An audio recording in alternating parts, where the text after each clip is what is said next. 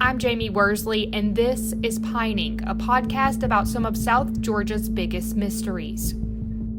Down in Thomas County, the Hurst family is preparing for another Christmas without their matriarch, Marlena Hurst.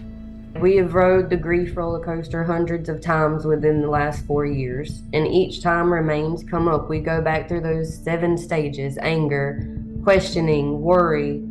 Peyton Hamilton grew up with her mom, Marlena, and siblings on a piece of property in Thomas County. They didn't have much growing up, but wherever her mom could be heard singing sounded like home to her. The type of person she was a great person. I mean, she would help anyone. She would stand up for anyone. Her only downfall was her addiction. It led her down many roads that she probably wouldn't have went down if it hadn't have been for addiction. Her life wasn't easy. It wasn't easy at all. She fought with herself mentally, with the addiction on a daily battle. So it was definitely a struggle. I had to grow up real fast from it. I became the mama, basically, to my siblings. And I didn't have a childhood. So I loved my mom. I just didn't like her choices, is to sum it up as easy as I can. She taught me what not to do. So I've used her as a guide, maybe not in the way she had intended, but she still has helped me become the person I am today by showing me what not to do. But in December of 2020, things were looking up for Marlena. On the 1st of December, she invited Peyton over to see the camper she had just gotten to live in, right on the same family property where Peyton grew up. Now, here to help us set the scene of where this happened is our lead investigative reporter at WALB, Lena Allen.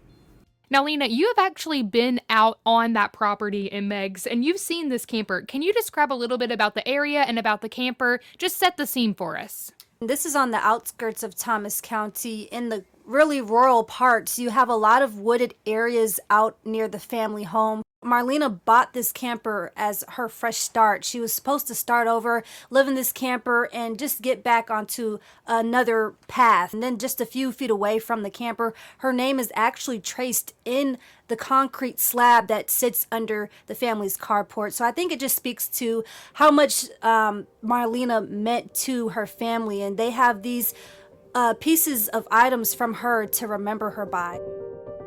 Just minutes after Peyton left the camper, Marlena allegedly took her grandmother's car and phone for a joyride.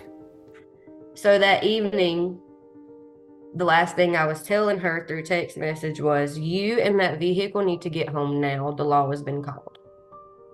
So she knew I was mad at her and disappointed after we had had that good conversation a couple hours prior. So that first week, that was normal. She knows I'm mad at her. She's going to let me cool off, and then she'll make contact. Come that second week, I still hadn't heard nothing. So I was I'd call my Aunt Rhonda. Hey, have you heard from Mama? No, I haven't. Have you? No, and that went back and forth a couple days. And then my grandparents asked me to come up there and help move furniture in. She had gotten a new set. As I was getting ready to leave, I said, you really haven't heard from Mama? Nobody's heard from Mama. And she said, no, I don't believe they have. I haven't. So we were on Stage Road, just pulled out, headed back towards the Thomasville, me and my sisters and kids. And I said, I'm gonna call Thomas County Sheriff's Office and report Mama missing. After Peyton filed the missing persons report, the case was assigned to former investigator Josh Smith with the Thomas County Sheriff's Office. I have been an investigator at the Sheriff's Office since 2017 and have been employed there for going up on 13 years. So another investigator was assigned the case originally, and he actually normally works missing persons when they first come in, because normally a normal missing person case is solved relatively quickly. It's probably a miscommunication between family or somebody that's mad at someone else and they just want to go off the grid for a minute. But this particular one, that wasn't the case, and he was actually related to the family, so he asked me would I take the case from there, and he assigned the case to me, and so it ran from there, and that's been almost 4 years ago. I would venture to say there's been at least 100 interviews done. There's been several search warrants done. We've dug up someone's yard. We dug up a couple of places, ran cadaver dogs multiple times. It hasn't been enough. The only way that this enough is to find her, but we've done everything that we thought we were able to do. And a lot of this that you have to decipher through is people heard one thing, and then by the time they tell it to you, it's changed, and you have to go try to fight that down. So a lot of it is it's miscommunication. You gotta be able to decipher through that and find out what actually took place. As the family worked through all the stories and uncorroborated sightings of Marlena, they decided that December 2nd of 2020 was the last time she was officially seen. That was the day after Peyton visited her on the family property. Her daddy was walking across the property to his parents' house, and she would have been at the camper dead in the center. So he was walking across, seeing her. Her mother was pulling out of the drive of their house to head to town, and as she was leaving, she saw Marlena walking down the drive to the road with a bag. And they were spoken to on separate occasions.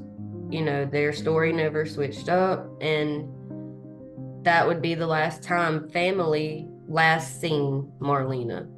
In the first few weeks after Marlena's disappearance, Peyton and the Thomas County Sheriff's Office chased leads all over the United States, starting at the Piggly Wiggly in Pelham. So initially, we were told by her group of friends from Coolidge that she was in Mexico Beach. She was fine. She had just left. They had just seen her. So I was, of course, well, who in Mexico Beach? I checked into that, and the person they claimed said, no, she's not with me. So, of course, at the beginning, it was already, she's here, she's there, she's here. So then we started hearing, no, we seen her in Meigs. And then we heard, we seen her in Pelham. And it was all these supposed sightings, but no one had laid their eyes on her. No one could confirm. Typically, when a person goes missing, one of the first things they track is that person's phone or car. But Marlena did not have either of those things. If she had a phone, it only worked off of Wi-Fi, and that was very few far in between. And I know for this fact that she didn't have a cell phone because she had used her grandmother's cell phone and was made to give it back. So she was always bouncing around. That made it difficult to track her. And then she'd call from one number. This would be before she went missing. Out of her habit, she would be somewhere and she'd call from a random number. You'd call it back. Oh, that was Marlena. She's not here now. You can try so-and-so's number. So it was constantly just chasing her, basically. So when I was talking to Peyton, Marlena's daughter, I just kept thinking about another missing persons case that we've covered on Pining, and that's the disappearance of Jessica Dietzel. Like Marlena, Jessica didn't have a cell phone of her own. She didn't have a car that was traceable. She lived kind of this transient lifestyle, again, dabbling in relationships with people who had addiction and substance abuse disorders, and it really made things difficult for investigators because, like Peyton mentioned, family members didn't automatically think, oh my goodness, my loved one's missing when they hadn't heard from her for a week because, you know, that wasn't necessarily uncommon. Lena, when you kind of talked to Marlena's family, tell me about some of the limitations they said came up in this case. I mean, they were starting nearly 2 weeks behind. Time is one thing that I've heard is very important from all the investigators I've spoken to on missing persons cases. And like you said, they missed that element of time, so they were behind. And then you put in the elements of not having her phone and not being able to get in contact with her and not having a car. So, and it also speaks towards what they spoke to me about as well, the drug issue. And they make it a point, Marlena's family, to talk openly about her problems with addiction. And I think when it comes to these missing person cases, there's always that negative stigma when somebody that was dealing with a drug addiction may not get the proper help that they need. And so that's been a really big theme throughout this case, is making sure that that negative stigma doesn't stop the Hurst family from finding answers for their loved ones. So I think it just really speaks towards that bigger picture when it comes to affecting the case as a whole. And I love what you just mentioned and kind of alluded to when you're talking about the fact that Marlena's family, they're still her family. Despite all the struggles that she had during her life, they still loved her, cared for her, and she for them. Um, it was kind of eerie to me when I was going back and reading your initial reports that you did. I believe it was around the 2-year anniversary of Marlena's disappearance, about some letters that were actually found inside her camper written to her children. Can you tell me about those letters and the contents of those, Lena? Right. I mean, so you have a family that's already shocked and sad that they don't have any answers into their family member's disappearance. But now you have these letters, and the way that Peyton described it to me, it was like Marlena knew something was going to happen. And that really puts more of an eerie mood to this story. The way that she described these letters was Marlena's last goodbye. And it just, put a different spin onto this case as well. And those letters, of course, have been turned over to investigators, but still investigators have not been able to, find any trace to lead them to answers in this case. In addition to those letters, former investigator Smith says they've explored every scenario as to what might have happened to Marlena. We've had horrific things told to us about what took place. And I think that at 4 years, we'd be naive to think that it's anything other than let's try to recover her. Let's find the body. Let's move forward a little bit and get the family some closure there. And then let's try to put the pieces together and prosecute this the best we can. Someone did something criminal somewhere, whether that means that Marlena died naturally of something or an overdose and they panicked and buried her body, or if she was murdered. And we've heard all of it. We've heard everything. Regardless of that, there nothing we can do is going to be good enough until we can find her, and her family deserves that. One story that's kept coming up about Marlena's possible last moments involve a house party where she witnessed some type of sexual abuse. Apparently, Marlena, my mom, went berserk. She said, "I'm not going to be affiliated in part of this. I'm calling the law." Well, with her making that announcement, of course, she then became a target. She became an issue. So they shot her. And it was said after she was shot that they threw her in a pond. That was one variation.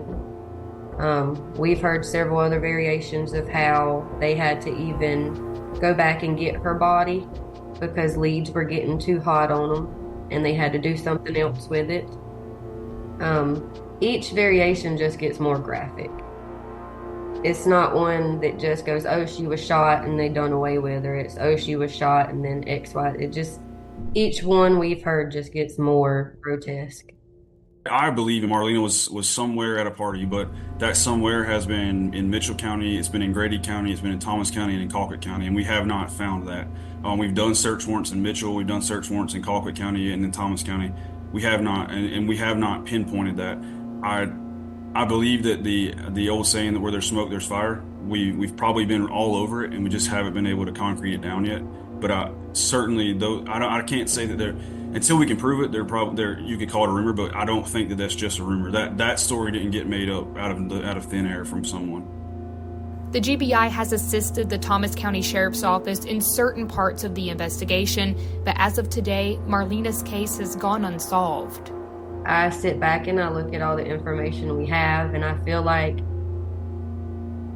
sometimes if some of the leads didn't come from certain people, maybe we would get a little leadway on it. And I say that because that goes all the way back to the stigma of people who have addiction.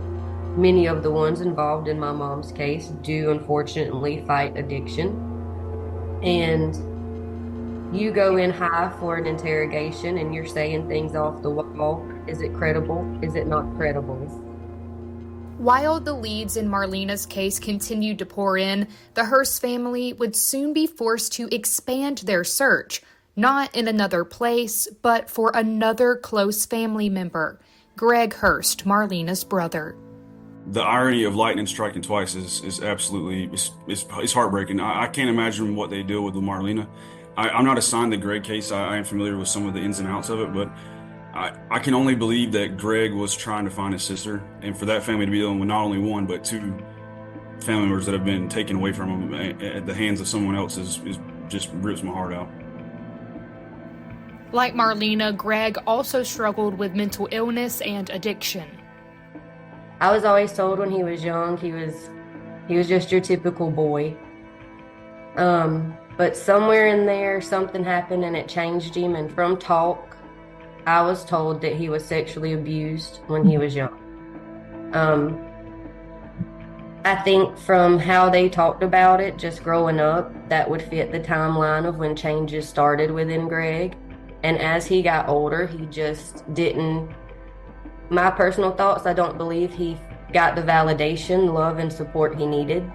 So he sought it somewhere else and unfortunately found his way into drugs.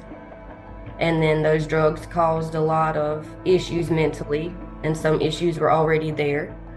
So he just kind of spiraled down, and he never had that support of saying, hey, let's get you help. Greg was reported missing in October of 2021, but during the time between his sister's disappearance and his own, we're told he was no stranger to law enforcement. He would come and go. He'd get locked up, get released. You know, he kept his patterns, but at the end when he went to jail, he told us, he said, I'm going to find out what happened to my sister. Now, he never divulged any type of ideas or thoughts. He was private on that part, but it was just a very weird time. We were losing people left and right. It was hard. With Greg, he had went to jail, and he was released and brought to the family property, his parents' house, by a Thomas County sheriff deputy. Well, my papa went in a tizzy because the reason he went to jail was causing chaos out there, you know, just acting crazy and going off. So Papa was upset about that, and he was calling Thomas County, you need to come back and you need to pick him up, and he's not supposed to be out here. And well, by the time the law got back there, Greg was gone. And I want to say from how I remember it, that was the last time Greg was seen, was after he was dropped off out there. And while initially there were people sharing tips about Marlena's disappearance, with Greg, it was almost like radio silence, according to former investigator Smith. But both he and Peyton believe the two disappearances are connected.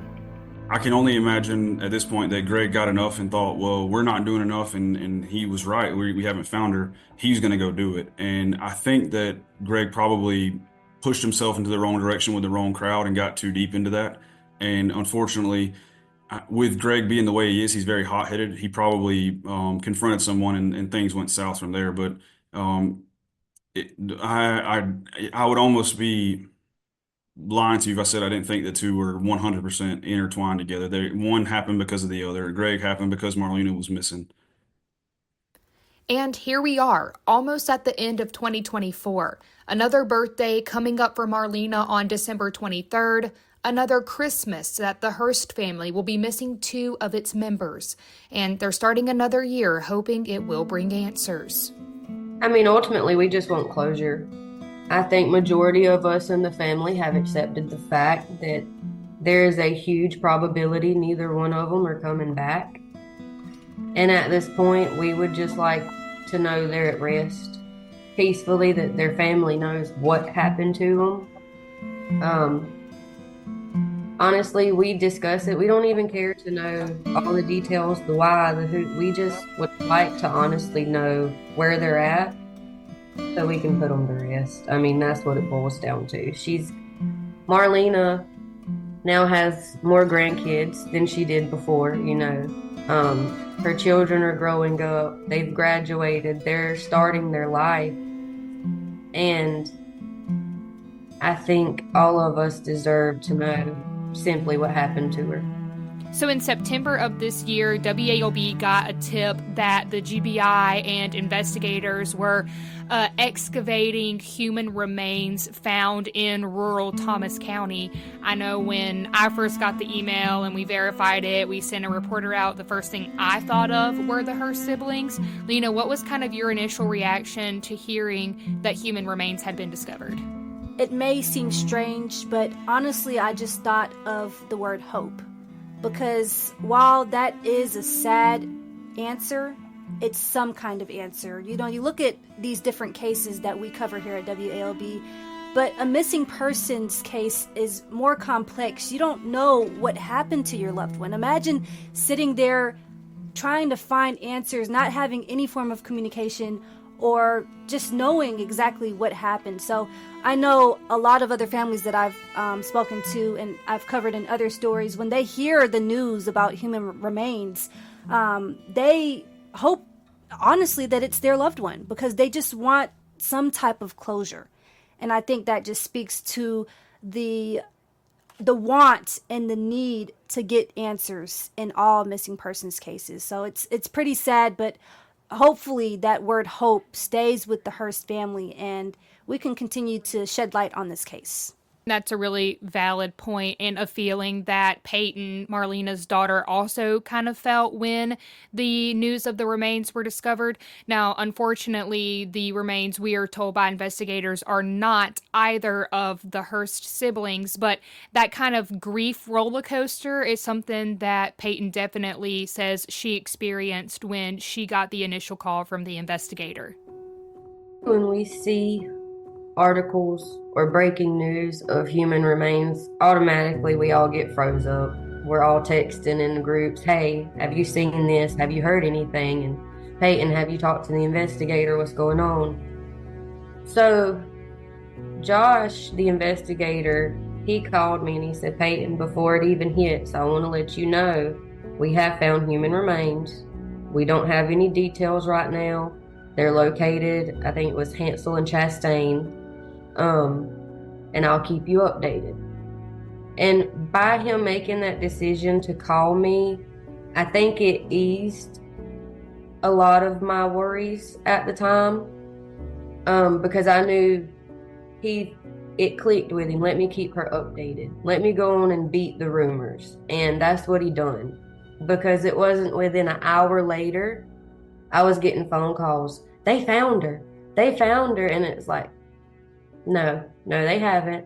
No, they I was already prepared for what was going to come. Although Smith is no longer with the Thomas County Sheriff's Office, he is still involved in local law enforcement and government and plans to stay involved in this case as well. I hope that I am the one that gets to call Peyton and tell her that we found her. I think that with time it makes things a little more difficult, but it doesn't change the facts. The facts are the facts, and we just got to be able to find what took place. And that again I think that's the message that needs to be understood. You can't hide the truth. You can run away from it, but at some point it's going to reveal itself. And when we find it, whenever the next investigator finds it, whoever it is, it's going to come out. And whether that be today, tomorrow, or 5 years from now, I pray that it's today, but it's going to happen. And I feel very confident. And I work with those guys for over 8 years in investigations. I know that they're good at what they do, and they're not gonna stop. They're gonna find it. And all it's gonna take is one day, one break, one little thing, and we're gonna find it. Well, Lena, that's basically where we are now in this case. You've been covering this pretty much since the beginning. What do you hope happens as we end another year, start another year in the search for the Hurst siblings? Well, I really do hope that there is some kind of answer that comes forth, whether it's somebody that saw something, they need to say something, or whether a piece of the puzzle comes forward for investigators, because not only was I able to speak to Marlena and Greg's family, I was also able to speak with investigators and really see that caseload. I mean, the investigator took out his bin of items that he's been collecting throughout this whole case. So it hasn't been an investigation that has come to a halt. And although this has been many years that have gone by without answers, there is still efforts being done, especially by the Hurst family, to make sure that they get that closure and find some kind of answer. Because ultimately, again, Marlena and Greg are still out there in some way. So answers need to be found for sure. Lena has launched a series that she has worked on tirelessly this year called Missing in South Georgia, working to make a dent in the dozens and dozens of cases that are still open in our area. Lena, tell me, why did you decide to start this series? The whole reason I started this segment was because of Marlena and Greg Hurst. I initially covered their 2-year anniversary, and I was actually out there late at night with the family at a candlelight vigil, and they put up their missing poster that showed their family members. And just to see the emotion, I was actually able to meet Marlena and Greg's mom. She was out there, and this has really taken a toll on her, not to know where 2 of her children are. And she said it with just a lot of hurt on her heart. And she said it best. She said, "This has been the worst nightmare of my life." And so I thought, there are so many other missing persons cases throughout South Georgia where they are also living an ongoing nightmare. And I think it's helpful when we're able to shed light on these cases and let the community know that just because, a certain amount of years have gone by with no answers doesn't mean somebody out there is not looking for those answers. So it was just really important to help shed light on these cases and keep it at the forefront so that these families can hopefully one day get some kind of closure. You can listen to previous episodes of Pining and check out Lena's Missing in South Georgia television series right now on WALB.com.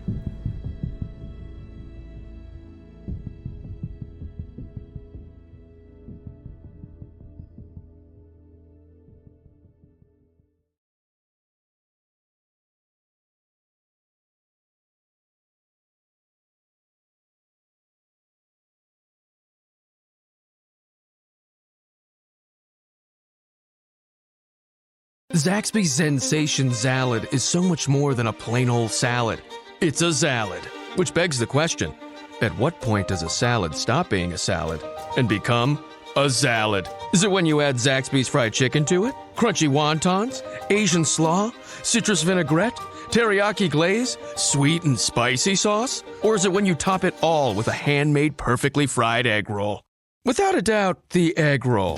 The Sensation Salad, only at Zaxby's.